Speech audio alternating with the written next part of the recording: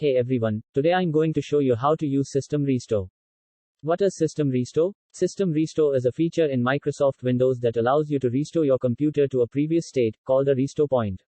The restore point captures information about system files, registry settings, and installed software and drivers, and can be used to undo any changes that were made to your system. When you use System Restore, your personal files and data are generally not affected. But it will uninstall programs or drivers or change back a setting. System Restore can often fix a program, a driver that's causing problems, slow unstable computer, or a program that has stopped working. Enable System Restore. Open Start. Search Create a Restore Point.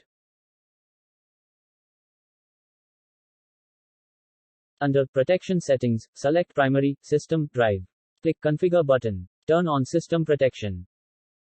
Under the Disk Space Usage, you can specify the storage for recovery. Click the Apply and OK. Once completed, Restore will be created.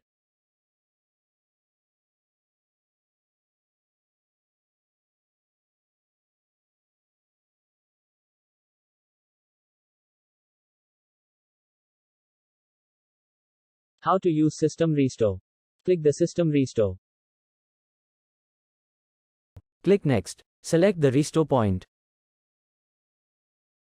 Click Scan for affected programs to confirm the affected apps.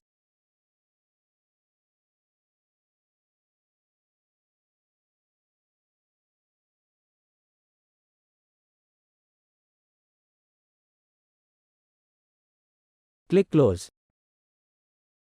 Click Next and Finish. Once completed, System Restore will restore the computer to the previous working state.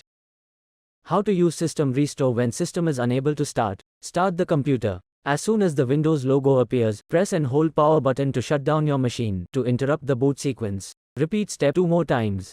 Next, it will go to repair mode and you should be able to see this screen. Click Advanced Options. Click on Troubleshoot. Click on Advanced Options. Click on System Restore.